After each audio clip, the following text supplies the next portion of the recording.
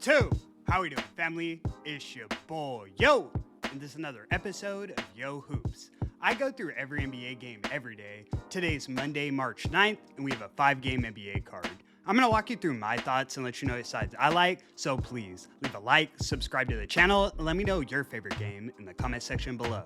Without further ado, let me get into today's games. Recapping yesterday, another winning day. We went 6-4 on the 10-game card.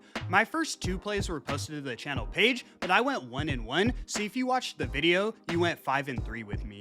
That's our 3rd winning day in a row, and we're now up close to 30 units over the last 30 days. One of my hottest runs yet, but the only thing on my mind is keeping the momentum rolling.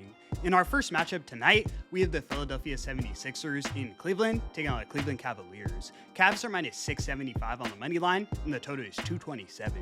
The Cavs have given us plenty of reason not to trust them laying these extended numbers. They're now 27-37 against the spread on the season.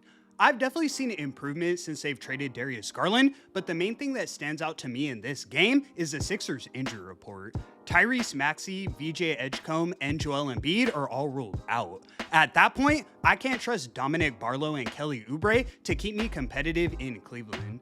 The only way I even see a cover is through the back door, so personally, I'm isolating this one to the first half. Cleveland should come out hot against Philly's second unit and be up by something like 9 points at halftime. I'm taking the Cavs laying 7.5 in the first half as my first selection of the evening.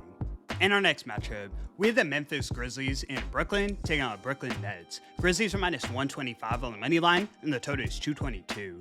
Both teams are playing through a handful of injuries, but I'd have to think that favors Memphis, considering they've been playing banged up all season and still have 7 more wins. For the Nets, Michael Porter Jr. and Igor Demin are both ruled out. I was impressed by the outright win against the Pistons on Saturday, but MPJ had 30 points and 13 boards. The Nets are 2-10 outright without him.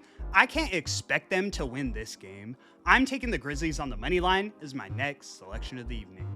In our next matchup, we have the Denver Nuggets in Oklahoma City taking on Oklahoma City Thunder. Thunder minus 275 on the money line, and the total is 232. This is going to be a really fun game to watch, especially considering Aaron Gordon is back in the lineup for the Nuggets. If anything, I'm more worried about the Thunder's injury report. Isaiah Hartenstein is ruled out, then Caruso and Chet are both listed as questionable. If I'm on the Thunder, I need to know if Chet's playing, because that's the only guy that can even slightly slow Joker down.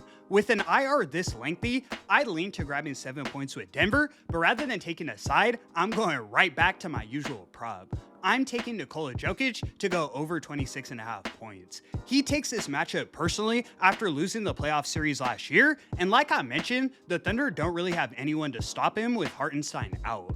He averages 27.3 against the Thunder head-to-head. I see Joker feasting in the paint. Lock it in. In our next matchup, we have the Golden State Warriors in Utah taking on the Utah Jazz. Warriors are minus 225 on the money line, and the total is 226.5. The Warriors have been a tough team to figure out without Steph. They've beaten teams like the Rockets and the Nuggets, but they're also losing a majority of their games. On the other side, the Jazz have played well in Utah, but we haven't seen the same ATS dominance considering they're now 17-15 against the spread at home.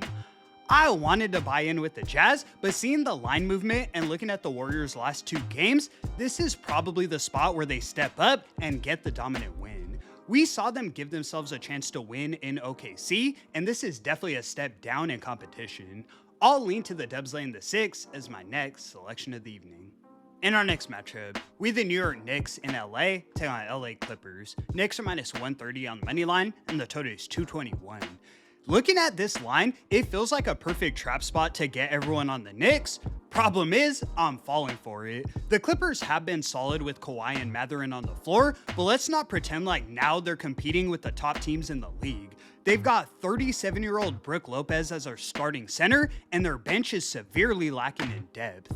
I know the Knicks come into this one on the second leg of a back-to-back with travel, but they remain in LA, so I think they can lean on their bench for 2 to 3 quarters. Once that fourth comes and Brunson takes over, yeah, I'm rocking with the Knicks. I'm taking the Knicks on the money line as my last and final selection. And that's going to conclude today's video. Thank you so much for tuning in, guys. Let's keep doing what we do in March. I'm now 34-26 on every game played this month. That's coming off of 95-67 in February. You really can't make this up. I do it every day for free, so please leave a like and subscribe to the channel.